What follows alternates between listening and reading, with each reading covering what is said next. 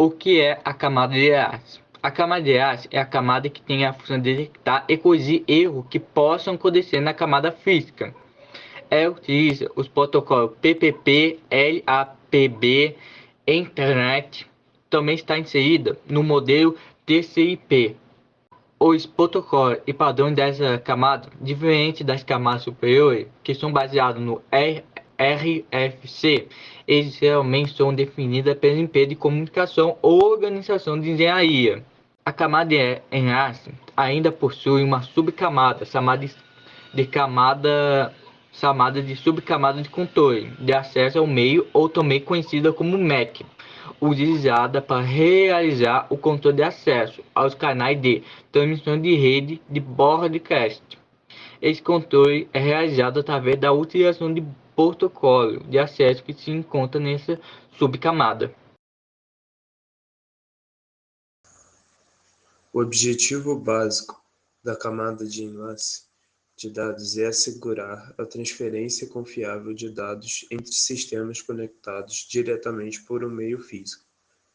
O meio físico está frequentemente sujeito a ruídos e às interferências mais diversas, necessitando desta forma que funções mais inteligentes venham a suprir suas limitações.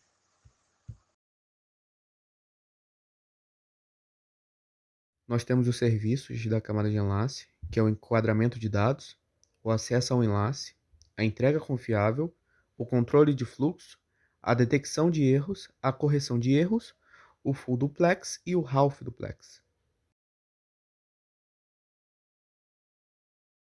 O enquadramento de dados vai pegar as informações das camadas superiores e vai colocar dentro do quadro.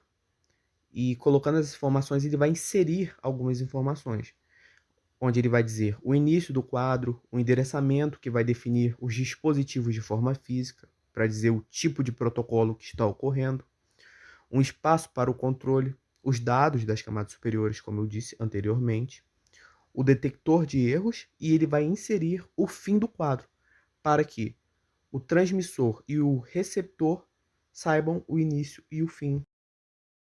O acesso ao meio, que é o enlace no caso, no meio de comunicação, ele vai organizar e definir quem é que transmite naquele momento e quem deixa de transmitir. Me desculpa a comparação, mas é tipo um semáforo, né? Ele vai decidir quem vai transmitir e quem vai receber o canal de comunicação. A entrega confiável através dos algoritmos vai detectar os erros e, dependendo do erro, ela conseguirá corrigir.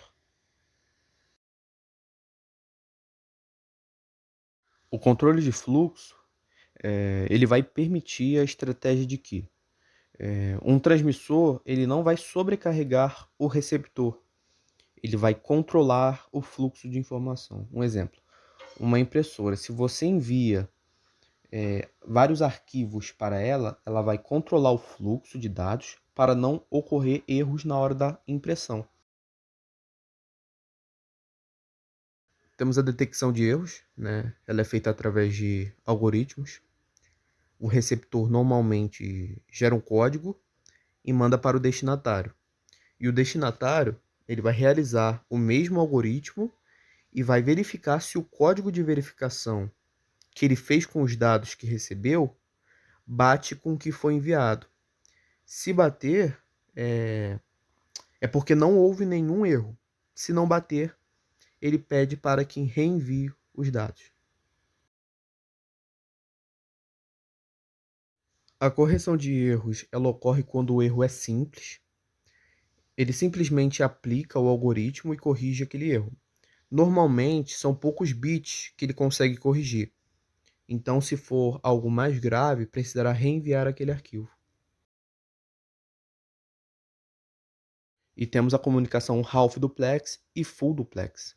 Na comunicação half duplex, temos a definição de quem é o transmissor e quem é o receptor.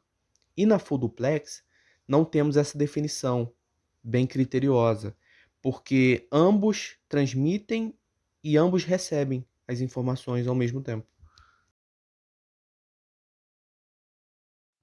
Olá, professora, falar algumas curiosidades, né, de alguns protocolos que são mais usualmente usados na camada de enlace. O primeiro deles é o IEEE 802.11. O que acontece? Esse código ele faz parte de alguns padrões técnicos de rede local e que vai ter alguns conjuntos de controle para acesso à mídia, né, para ter uma comunicação entre o computador e a rede local sem fio. O segundo deles é o ATM, que é a sigla que vai ter o nome Asynchronous Transfer Mode, que vai ser um conceito que é definido, né, pelos padrões ANSI e ITU, que vai ser para o transporte de tráfegos de usuário, voz, dados e vídeos.